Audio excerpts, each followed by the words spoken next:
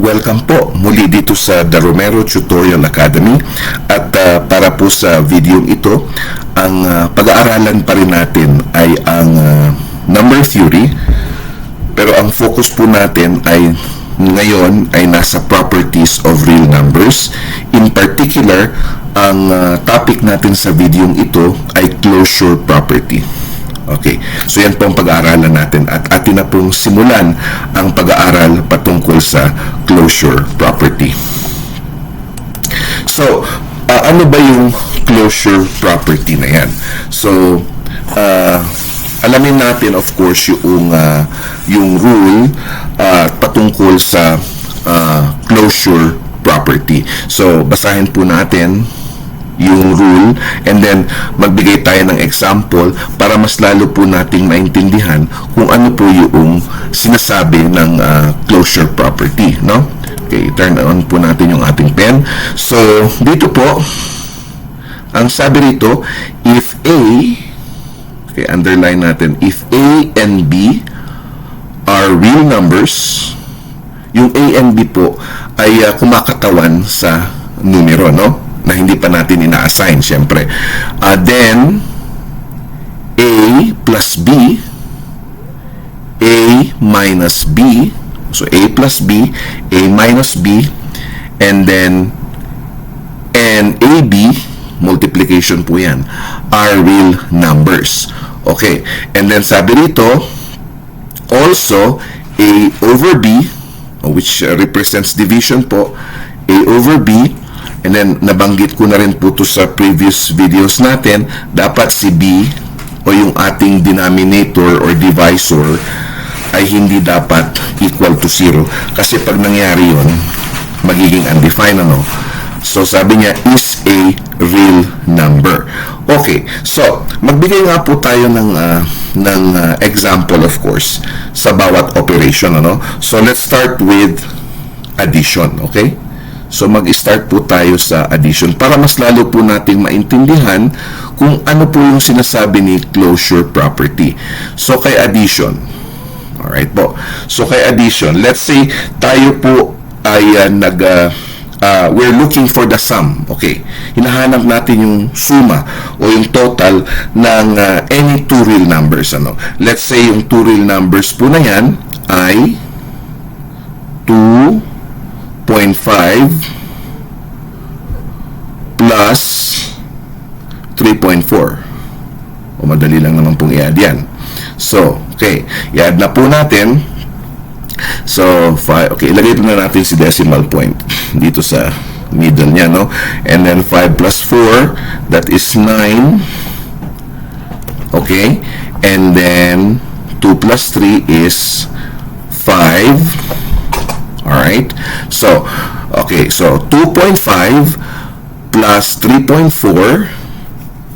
okay, 2.5 plus 3.4 po, ang sagot natin ay 5.9. So, makikita po natin dito na kapag tayo po ay nag-add ng two real numbers, ang atin pong sagot ay real number din. Okay? So, when we're adding two real numbers, ang atin pong sagot, syempre, ay real number din. Sarado sa real number. Okay? So, okay, yan yung ibig sabihin ng closure property, ano? Now, tingnan natin sa subtraction. Subtraction, okay. Kanina, hinanap natin yung sum ng subtraction. Okay, sana tama po yung spelling natin. Subtraction, yeah. Alright. Then, lagay natin yung minus sign. Alright. So, kanina hinanap natin yung sum ng two real numbers na ang ibinigay din sa atin, ang resulta ay real number din, which is 5.9. Kasi in-add natin si 2.5 plus 3.4. That's why we have 5.9. Ngayon, let's say, hahanapin naman po natin ngayon ang difference between 2, kasi iniintindi natin itong rule na ito. Alright, so, ngayon hahanapin naman natin, we're gonna look for the difference between two real numbers. Okay, let's say we have 5 minus 10.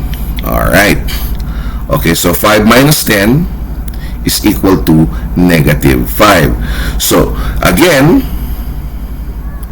ito pong si 5 at si negative 10, they are real numbers. Ay, yung aking pong pusa, sorry po. Sorry po. Makulit siya, nangungulit.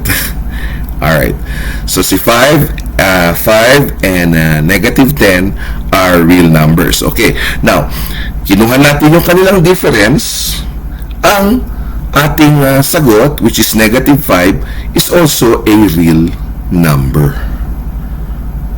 Okay? Sarado sa. So when we're basically, to sum it up, so when we're getting the sum of two real numbers, or we're getting the difference of two real numbers, any two real numbers, ang magiging sagot po natin ay real number din, no? So hindi siya lalabas sa set of real numbers. Okay, kaya nga closure, ano? So how about some multiplication? Alright, multiplication. Alright. And then ilagay natin si symbol of multiplication. Alright, let's say tayo po ay magmumultiply, ano? Gusto ko magmultiply tayo ng mga decimals eh. O, kasi yung mga whole numbers po natin ay madadali na. Alright, so okay, so let's say we're multiplying or we're looking for the product of any two real numbers. Okay, so let's say we have 1.5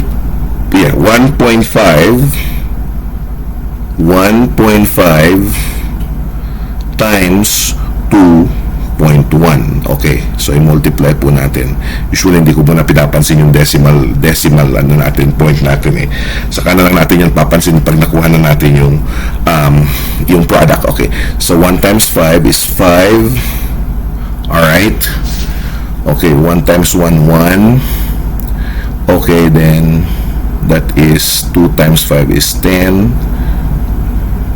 Yeah, 1 times 1. Sabi ko po, bisa nagkakamali tayo na sinasabi. 1 times 5, okay, 5. 1 times 1, 1. Okay. 10, carry 1. 2 times 5 po yung 10. Okay, 2, and then that would be 3. Kasi nag-carry tayo ng 1. 3. Alright, so i-add na po natin. Alright, bring down si 5. Okay. 1 plus 0 is 1, and then bring down si 3. So magiging sagot natin is 315. Okay, now yung ating decimal place po natin, titingnan natin, ano, para makuha natin yung final answer. So makikita po natin si 1.5, asan yung ating pen, has 1 decimal place. Tingnan natin kung ilan yung total ng ating decimal place. 1 decimal place. Oops, sorry. May napipindot tayo eh. 1 decimal place. Alright, ganun din si 2.11. 1 decimal place din po. Pasensya na po tayo, yung aking pusa ay naglalambing eh. Yung aking tabby cat, si Catnip. Alright, so ang total natin ay 2 decimal places. So, magsisimula po tayo, of course, we're gonna move from the far right, ano? Dito yung decimal point natin. So, it's going from right to left. Okay, yes. Right to left, yes. So, ilang step po yan kasi ang total is 2 decimal places. Ano po? Decimal places. Yes. Okay. Alright, so from the far right, we move two steps to going to the left. 1, 2. So, ang answer po natin ay 3.15. Alright. Yan po. 3.15. Now, makikita po natin, again, si 1.5 po at si 2.1 ay mga real numbers. They're both real numbers. So when we multiply, or when we get the product of two real numbers, ang ating sagot din po, which is 3.15, 3.15 or 3.15, okay, 3.15, siya po ay real number. So kung may mali po ako nasabi kanina, ayan, kinokorek ko na. Okay, so 3.15 po.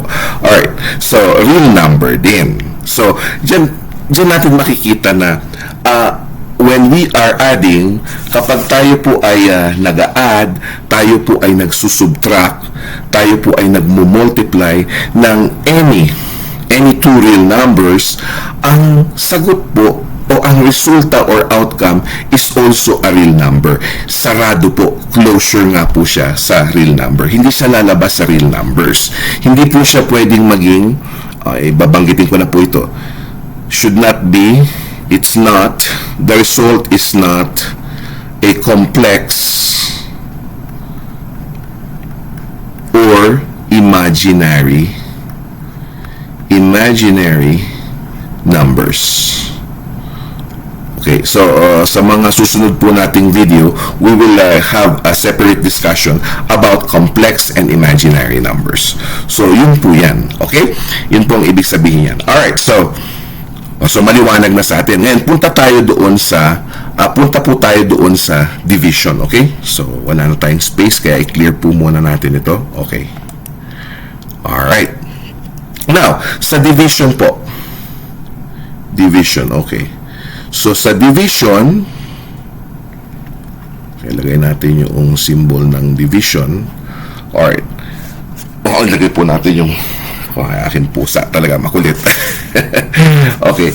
Sa ating pong division, ang real numbers po, alright, sulat natin. Real numbers. Okay. Real numbers, okay, are not closed. Okay? Bakit? Hindi siya sarado. Are not closed. Are not closed. O hindi siya sarado. Bakit kaya? Okay. So, under division. Okay. Hindi po siya closed sa division. It's not closed when it comes to it's not closed to division. Ano? Bakit? O, alamin natin kung bakit? Dahil po yan, because when we are having the division by zero, ayun, ano yung division by zero? Nabanggit ko to kanina. Division by zero, no? By zero. For example po, let's have an example, 5 divided by 0. So, yan po yung ibig sabihin ng division by 0. Hindi po nag-a-apply si closure property kasi ang magiging sagot po natin dyan is undefined. Alright? Undefined. So, it does not apply when we have this division by 0. O kung yung, dito po kasi yung denominator natin at yung divisor natin is the same, which is 0. So, kapag ganyan po, hindi nagiging sarado. Okay? Kasi nga, nagiging undefined. Okay? Alright.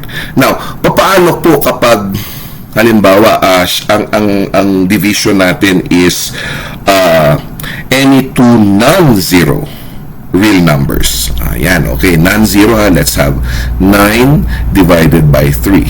Alright. Kasi yan pong ibig sabihin yan, 9 over 3 means 9 divided by 3. Alright. Siyempre, alam natin ang sagot is also 3 because when you multiply 3 times 3 is actually 9. Okay? So, of course, dito sa case na ito, nag-divide tayo ng 2 non-zero real numbers. Okay? Non-zero real numbers. Okay? Real numbers. Alright.